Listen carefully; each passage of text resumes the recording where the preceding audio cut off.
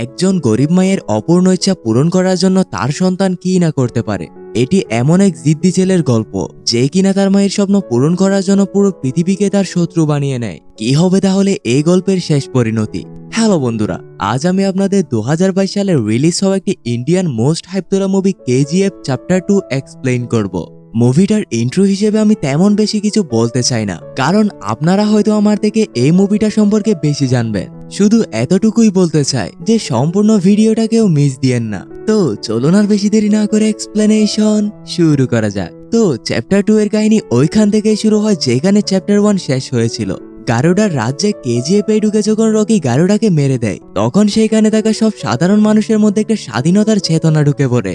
তারা বুঝে যায় যে এই তো তাদের রক্ষা করার জন্য মহাবীর চলে এসেছে। তারা ওই দিন থেকে রকিকে তাদের সবকিছু মানতে শুরু করে। তারা রকির জন্য মারতে কিংবা মরার জন্য প্রস্তুত ছিল। আমরা তো জানি চ্যাপ্টার 1 এ দীপা এবং সবাইকে কেজিএফ এর গল্প শোনাচ্ছিল আনন্দ, কিন্তু গল্প বলতে বলতে একদিন তার হার্ট অ্যাটাক চলে আসে এবং এখন সে হসপিটালে অ্যাডমিট আছে। আর তাকে সেইখানে দেখার জন্য এসেছে তার ছেলে বিজেন্দ্রা।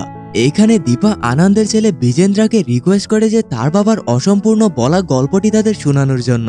অনেক রিকোয়েস্ট করার পর বিজেন্দ্রাও রাজি হয়ে যায়। এরপর তারা সবাই মিলে চলে যায় আনন্দের লাইব্রেরিতে, যেখানে আনন্দ সুস্থ থাকা অবস্থায় তার অনুমতি ছাড়া কাউকে আসতে দিত না। অনেক খোঁজার পর তারা কেজিএফ চ্যাপ্টার 2 এর গল্পটি পেয়ে যায়। আপনারা তো জানেনই এই গল্পটি শোনার জন্য সবার থেকে অধীর আগ্রহের মধ্যে ছিল ওই চাওয়ালাটি। যাই হোক, বিজেন্দ্রা চ্যাপ্টার 2 এর গল্প বলা শুরু করে এবং সিন শিফট হয়ে যায় ফ্ল্যাশব্যাকে, যেখানে গারুডাকে মারার পর তার সিংহাসনে বসার কথা ছিল তার ভাই বিরাটের। তাই অ্যান্ড্রিও দেসাই, কামাল, গুরু পান্ডিয়ান সবাই মিলে এসেছিল বিরাটের রাজ্য অভিষেক করার জন্য। তারা সবাই শিওর ছিল যে এখন গারুডার পর তার ভাই বিরাটই এই সিংহাসনে বসবে। বিরাট সিংহাসনে বসলে এক প্রকার তাদের সবারই ফায়দা, কেননা বিরাট তো তাদেরই লোক ছিল। কিন্তু এ কি, বিরাটের জায়গায় হেলিকপ্টারে করে একে আবার দামদার এন্ট্রি নেয়। হ্যাঁ ভাই হ্যাঁ, এ আর কেউ নয়, এ আমাদের রকি ভাই। রকি গিয়ে সোজা গারুডার সিংহাসনে বসে পড়ে। এইটা দেখে সবাই রীতিমতো অবাক, এই কি বিরাট কই? রকি বলে, বিরাট, আরে একে তো আমি আগেই টপকিয়ে দিয়েছি। আর এইখানে আমরা দেখি রকি গারুডাকে মারার আগে বিরাটকে মেরে ফেলেছিল এবং পুরো কেজিএফ দখল করে নেয় রকি। রকি এইখানে তার জানো রিনাকেও তুলে নিয়ে আসে, কারণ এত বড় একজন রাজ্যের রাজা, তার সঙ্গ দেওয়ার জন্য কাউকে না কাউকে তো অবশ্যই চায়। এইটা দেখে কামাল রকির উপর বকবক করা শুরু করে। তখন নিমিষের মধ্যে রকি ভাই কামালের গেম বাজিয়ে দেয়। সবাই এইটা দেখে ভয় পেয়ে যায়। এখন রকির উপর কথা বলবে যে এমন বাপের বেটা নেই। এদিকে রাজেন্দ্র দেশাই বলে, গারুডাকে মারার জন্য একটা রকির জন্ম দিয়েছি, এখন সেই রকিকে মারার জন্য আরেকটা রকির জন্ম দিতে পারবো না নাকি? রকি বলে, জো মেরে বাপ সে নেই হুয়া, মা কাসাম ও কিসি সে নেই হোগা, I am one and only fees. এই বলে রকি রিনাকে নিয়ে তার রাজমহলে চলে যায়। এইখানে রাজ্যের সবাই এখন তাদের আরামায়েশে জীবন পরিচালনা করছিল। না ছিল এখন তাদের খাওয়ার অভাব, না ছিল পানির। রকির আশায় এখন তারা মাথা উঁচু করে স্বাধীনভাবে চলাফেরা করতে পারছিল। সবাই রকির জন্য মারতে এবং মরার জন্য প্রস্তুত ছিল।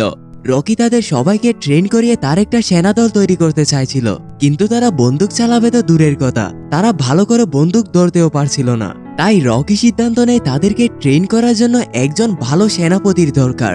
এই জন্য সে অনেকদিন আগেই একজন সেনাপতিকে বন্দী করে রেখেছিল, আর এই সেনাপতি ছিল বানারাম, অর্থাৎ গারুডার খুবই বিশ্বস্ত লোক। রকির প্ল্যান তো অন্য কিছুই ছিল, যার কারণে সে বানারামকে বাঁচিয়ে রেখেছিল। রকি বানারামকে বলে যে আমি সব কিছু জানি, এই কেজিএফ কে 3/9 সেক্টর কেন বলা হয়, ওই দিন মেইনটেনেন্স রুমে ঢোকার পর আমি সব জেনে গিয়েছি। এইটা শুনে বানারাম রীতিমতো শকড হয়ে যায়। এখন আসল কথা হচ্ছে রকি ওই দিন কি জেনেছিল। হ্যাঁ, এটা হচ্ছে এই পুরো কেজিএফ এ শুধুমাত্র একটাই স্বর্ণের মাইন ছিল না, এইখানে পুরো 9টি স্বর্ণের মাইন ছিল। গারুডার বাবা সূর্যবর্ধন এগুলোকে লুকিয়ে রেখেছিল, কারণ যদি কোনো বিপদ হয় তাহলে সবগুলো যেন হাতছাড়া হয়ে না যায়। কিন্তু এখন আমাদের রকি ভাই তো সবগুলো খুঁজে বের করে ফেলে। এরপর সে বানারামকে মুক্ত করে দেয়। এইখানে সে বানারামকে তার সেনাপতি করে নেয়। বানারামও তার বিশ্বস্ত লোক হয়ে যায় এবং সিদ্ধান্ত নেয় যে সে সবাইকে ট্রেনিং করিয়ে একটি বড় সেনা দল তৈরি করবে। বানারাম বলে কেজিএফ এ ঢোকার জন্য একটি মেইন রাস্তা রয়েছে, যেটিকে তারা আউটপোস্ট 1 বলতো। অতি শীঘ্রই 300 জন সেনাকে ওই আউটপোস্ট 1 চেকপোস্টে পাঠিয়ে দিতে হবে, তা না হলে যে কোনো সময় শত্রুরা আক্রমণ করতে পারে। এইদিকে রকি, অ্যান্ড্রিও দেসাই, গুরু পান্ডিয়ান সবাইকে ডেকে এনে ওই 9টি মাইনও ওপেন করে দেয় এবং সে সিদ্ধান্ত নেয় যে স্বর্ণ 200 বছরে বের করার কথা ছিল, সেই স্বর্ণগুলো সে 2 বছরে বের করে ফেলবে। মাইন ওপেন করলে কি হবে, এইখানে ঢুকার জন্য কেউ সাহস করছিল না। তখন রকি সেইখানে যায় এবং তার ফেভারিট তরের হাতিয়ারটি নিয়ে রেডি হয়ে যায় মাইনের ভিতর ঢুকার জন্য। তাকে দেখে একটু আগে যারা মাইনের ভিতর ঢুকার জন্য ভয় পাচ্ছিল, তখন তাদের মধ্যেও জোশ চলে আসে। এরপর তারা সেখান থেকে দিনরাত পরিশ্রম করে অনেকগুলো স্বর্ণ বের করে। কিন্তু রকি বলে এতটুকুতেই কিছু হবে না, তাদের আরো অনেক অনেক স্বর্ণ চাই। তারা সবাই সেখানে এসব বিষয় নিয়ে আলোচনা করছিল। তখনই সেখানে উপরের একটি বাক্স থেকে একটি তরোয়ার এসে নিচে পড়ে। এইটা দেখে সেখানে থাকা সবাই এতটাই ভয় পেয়ে যায় যেন তারা কোনো ভূত দেখে নিয়েছে। তখন বানারাম বলে, এই রাজমহলের দেওয়ালগুলোর সিমেন্টে যতটুকু না পানি খেয়েছে, তার থেকেও তারা বেশি মানুষের রক্ত খেয়েছে। আর এইটা একমাত্র সম্ভব হয়েছে এই তরোয়ারের জন্য। এই তরোয়ারটি আর কারো নয়, এটি হচ্ছে আদিরার। কিন্তু তারা সবাই ভাবছিল যে আদিরাকে গারুটা মেরে দিয়েছিল। তারপরেও একজন মরা মানুষের তরোয়ার দেখে এতটাই ভয়। অন্যদিকে আমরা দেখি আউটপোস্ট 1-এ যে 300 সৈন্য পাঠানো হয়েছিল, তাদের উপর হঠাৎ করে কেউ যেন হামলা করে দেয়। ফারমান নামের একজন ছেলে কোনোরকম করে নিজেকে বাঁচিয়ে ওই ব্রিজের মধ্যে আগুন লাগিয়ে দেয়, যাতে করে তারা যেন কেজিএফ এর ভিতর ঢুকতে না পারে। কিন্তু এই কি, আগুনের মধ্য দিয়ে কেউ যেন একজন হেঁটে হেঁটে এই পারে চলে আসে। আর এইটা কেউ নয়, এইটা হচ্ছে সেই আদিরা। আদিরা বলে, যাকে রকি কো बोल दे कि मैं आ गया हूं अपने तलवार और केजीएफ लेने के लिए। অন্যদিকে অ্যান্ড্রিওরা পাগল হয়ে যায় কেজিএফ তাদের হাতছাড়া হওয়ার কারণে। অ্যান্ড্রিও একদিন রাজেন্দ্র দেশাইকে একা ডেকে বলে, রকিকে মারার জন্য তারা প্ল্যান বানিয়ে নিয়েছে, আর তাকে যদি মারতে হয় তাহলে তাকে কেজিএফ থেকে বের করতে হবে। এইটা সম্ভব হবে রাজেন্দ্র দেশাইয়ের মেয়ে রিনাকে দিয়ে। যদি রিনাকে বের করে নিয়ে আসা যায় তাহলে রকি তার পিছন পিছন চলে আসবে। কিন্তু রাজেন্দ্র দেশাই বলে, রিনা কিভাবে এখানে আসবে? তখন অ্যান্ড্রিও বলে, সে যদি তোমার মরার খবর শুনে তাহলে। এই বলে তারা রাজেন্দ্র দেশাইকে মেরে ফেলে। এর পরের দিন বাবার মৃত্যুর খবর শুনে রিনা সেইখান থেকে তাড়াতাড়ি বেরিয়ে পড়ে। রিনা যখনই যাচ্ছিল, তাকে রাস্তার মধ্যে আদিরার লোকেরা ধরে ফেলে। ততক্ষণে এই খবরটা গিয়ে পৌঁছায় রকির কাছে। এরপর রকিও তাড়াতাড়ি সেইখান থেকে বেরিয়ে পড়ে। রকি আদিরার লোকেদের প্রচন্ড মারে। সে সবাইকে একে একে খালাস করা শুরু করে। কিন্তু অন্যদিকে আমরা দেখি উপর থেকে এইসব কিছু দেখছিল আদিরা। আদিরা একটি গুলি নিয়ে এখানে রকিকে একটি গুলি করে দেয়, আর রকি সাথে সাথে মাটিতে লুটিয়ে পড়ে। এরপর আদিরা রকির কাছে আসে। সে এসে অনেক ডায়লগবাজি করে, কিন্তু সে রকিকে বলে যে সে তাকে পুরোপুরি মারবে না। সে আগে ওই মানুষগুলোর বিশ্বাস ভাঙবে, অর্থাৎ যারা রকির উপর ভরসা করে আছে। সে সবাইকে এইটা দেখাতে চায় যে যে তাদেরকে রক্ষা করে, এখন তাকে কে রক্ষা করবে। রকির এই অবস্থা দেখে সবাই ভীষণ ভেঙে পড়ে। তারা সবাই এইটাও জানতে পারে যে আদিরা এখনো বেঁচে আছে। এটা শুনে সবাই ভয়ে কাঁপতে থাকে। এইদিকে 25 বছর ধরে গুরু পান্ডিয়ান ইন্ডিয়ার প্রাইম মিনিস্টার ছিল বিদায় কেউ কেজিএফ এর বিরুদ্ধে লিগ্যাল আইনি পদক্ষেপ নিতে পারছিল না, কেননা গুরু পান্ডিয়ানও তো কেজিএফ এর সাথে জড়িত। তাই এখন যদি গুরু পান্ডিয়ানের জায়গায় অন্য কেউ চলে আসে তাহলে রকির জন্য অনেক অনেক খারাপ হবে। আর মুম্বাইয়ের ডন শেট্টি তো তাই চায়। এজন্য সে কেজিএফ এর বাইরে রকির যতগুলো চামচা ছিল সবাইকে একদিন এক জায়গায় ডাকে এবং সবাইকে বিরিয়ানির মধ্যে কিছু একটা মিশিয়ে মেরে ফেলে। এবং সেটি গুরু পান্ডিয়ান সরকারের সবাইকে অনেক ভয় দেখায় যে মন্ত্রিসভায় তার বিরোধিতা করার জন্য। আর তাই হয়, সবাই গুরু পান্ডিয়ানের বিরোধিতা করে। এখন এটা নিশ্চিত যে গুরু পান্ডিয়ানের জায়গায় অন্য কেউ একজন প্রাইম মিনিস্টার আসবে। অন্যদিকে রকির অবস্থা এতটাই খারাপ যে সে বাঁচবে নাকি মরবে কিছুই বলা যায় না। সে যন্ত্রণায় অনেক ছটফট করে। তার যন্ত্রণার চিৎকারে পুরো রাজমহলটি কেঁপে ওঠে। তখনই সে দেখে তার মা এসে তাকে সান্ত্বনা দিচ্ছে, আর সে তার মাকে দেখে একটু রিল্যাক্স হয় এবং আস্তে আস্তে ঘুমিয়ে পড়ে। সকালে সে ঘুম থেকে উঠে দেখতে পায় যে রিনা তার পাশে বসে আছে। এইখানে শেট্টি তাকে কল করে উল্টাপাল্টা কথা বলে। সে রকিকে বলে যে কেজিএফ এর স্বপ্ন না দেখে তার পায়ের কাছে এসে বসে তার চামচামি করার জন্য। তাছাড়াও আরো অনেক কথা। এরপর রকি কল দেয় তার কাশিম চাচার কাছে। এটা রকির ওই চাচাটি যে তাকে ছোটবেলা থেকে লালন পালন করেছিল। রকি তাকে কল করে বলে যে তার একটা সাহায্য চায়। এখন সে তার কি সাহায্য চায় তা আমরা একটু পরে জানতে পারবো। এরপর রকি কিছু স্বর্ণ এবং রিনাকে নিয়ে কেজিএফ থেকে বেরিয়ে পড়ে। কেউ কেউ মনে করছিল যে রকি হয়তো সেখান থেকে পালিয়েছে, কিন্তু কেউ কেউ বলছিল যে না, রকি ঠিকই ফিরে আসবে। এখানে রকি তো আসলে অন্য কিছুই প্ল্যান করছিল। তাই সে সুজা চলে যায় দুবাই এনায়েত খালিলের কাছে। এনায়েত খালিল যেহেতু অনেক বড় একজন বিজনেসম্যান ছিল, তাই রকি তার সাথে কি একটা ডিল করতে চায়। সে বলে যে আফ্রিকা থেকে স্বর্ণ ডাইরেক্ট তার কাছে আসবে, এর জন্য সে রকিকে যা টাকা দেয় তাতেই হবে। কিন্তু খালিল বলে অফার তো ভালোই ছিল, বাট এটি এখন আর কোনো কাজের না, কেননা রকির সাথে এখন আর কেউ নেই। শেট্টি রকির সব লোকদেরকে মেরে ফেলেছে।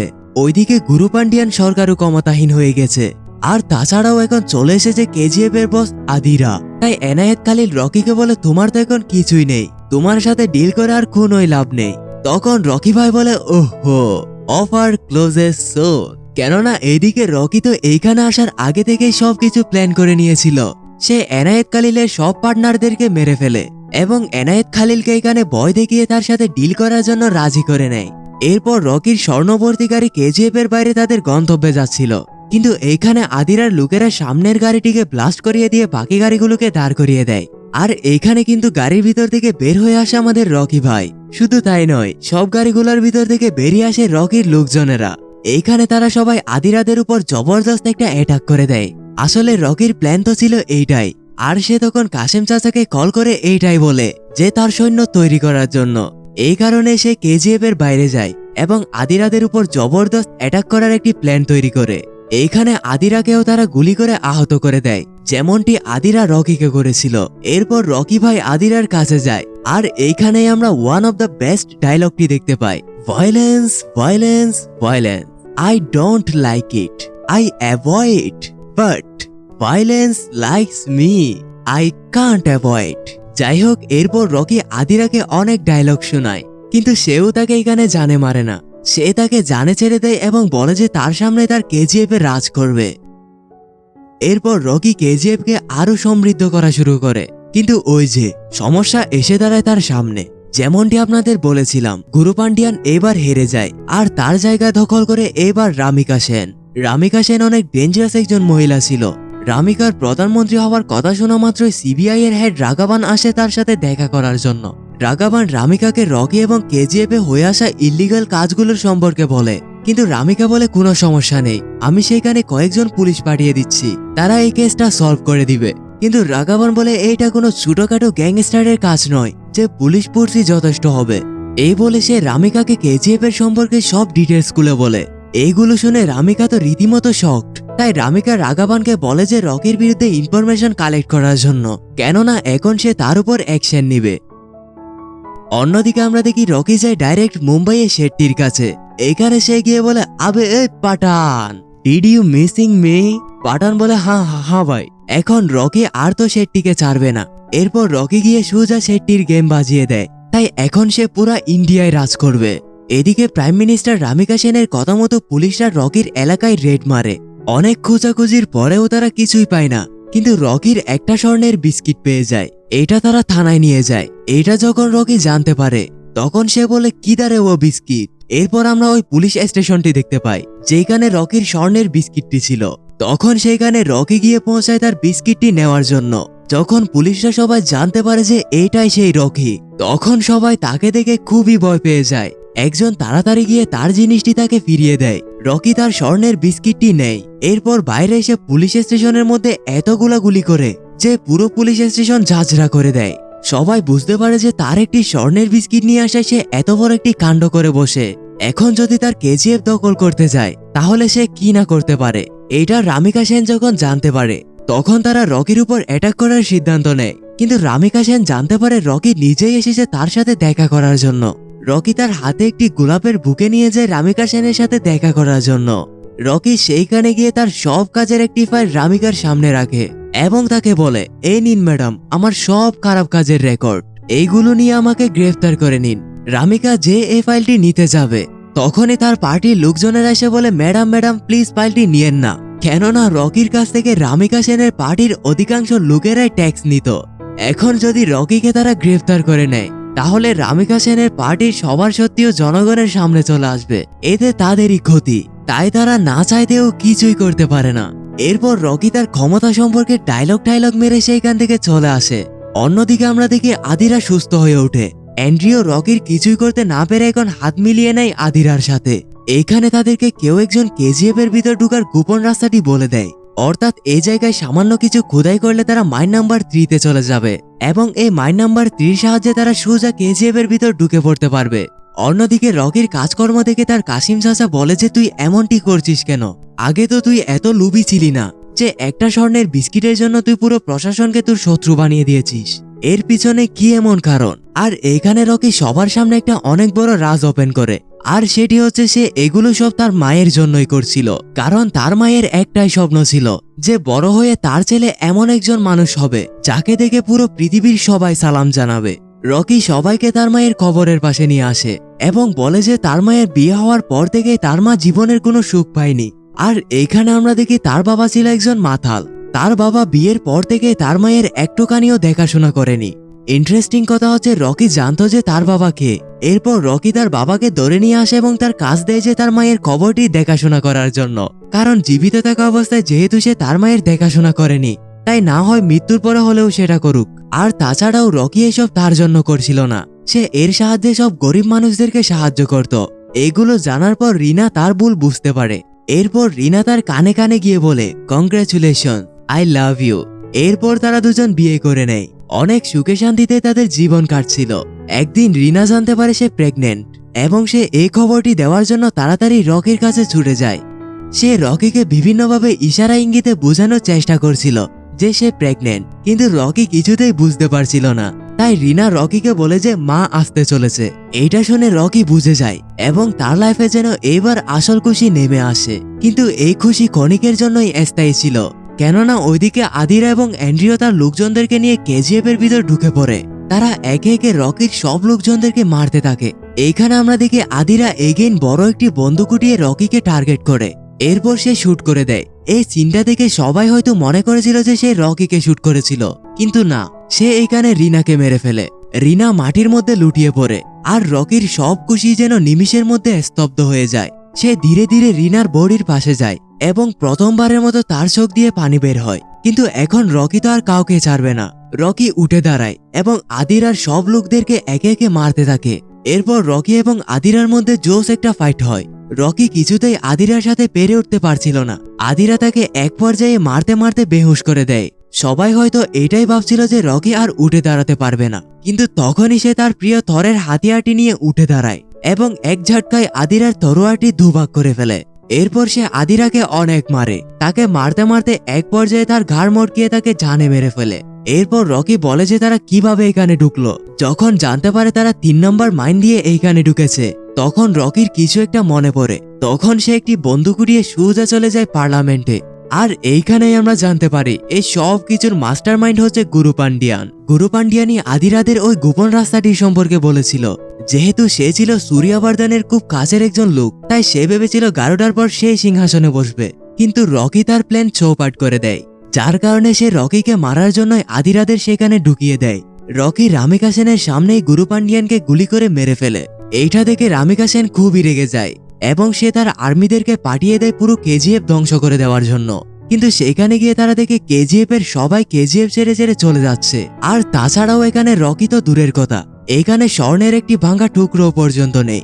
তখনই সমুদ্রের ইন্ডিয়ান ওশান থেকে একজন ক্যাপ্টেন কল করে রামিকা সেনদেরকে বলে তারা যে রকিকে খুঁজছে সে এই ইন্ডিয়ান ওশানেই রয়েছে। রামিকা সেন ওই ক্যাপ্টেনকে বলে রকির পিছু নেওয়ার জন্য, কিন্তু ক্যাপ্টেন বলে ম্যাডাম কিভাবে, রকি যে এইখানে আছে সে নিজেই তো আমাদের এই ইনফরমেশন দিয়েছে, আর তাছাড়াও সে কেজিএফ এর সব স্বর্ণগুলো নিয়ে তাদের দিকেই আসছে। ক্যাপ্টেন বলে শুধু তাই নয়, এইখানে দেখা যাচ্ছে আমেরিকানরাও তাকে চারদিক থেকে ঘিরে রেখেছে। এখন আমেরিকানদের সাথে তার কি সম্পর্ক? এইখানে কোনো রকম উপায় না পেয়ে রামিকা সেন বলে দেয় যে রকিকে মেরে ফেলার জন্য। একদিকে তারা রকির জাহাজে ফায়ার করে, অন্যদিকে পুরো কেজিএফ শহরে পুরো কেজিএফই ধ্বংস হয়ে যায়। অন্যদিকে রকিও সব স্বর্ণগুলো নিয়ে সমুদ্রের মাঝে তলিয়ে যায়, অর্থাৎ রকি মারা যায়। কিন্তু সে আগে থেকে তার আপন মানুষগুলোর জন্য প্ল্যান করে রেখেছিল। সে তাদের সবার জন্য নতুন একটি শহর বানিয়ে গিয়েছিল, আর সেটির নাম রাখা হয়েছিল নিউ টাউন কেজিএফ। কিন্তু গল্প এইখানেই শেষ নয়। আমরা দেখি যে আমেরিকার সিআইএ এর একজন হেড রামিকার সাথে আসে দেখা করার জন্য। সে এসে রামিকাকে রকির একটা ফাইল দেয়।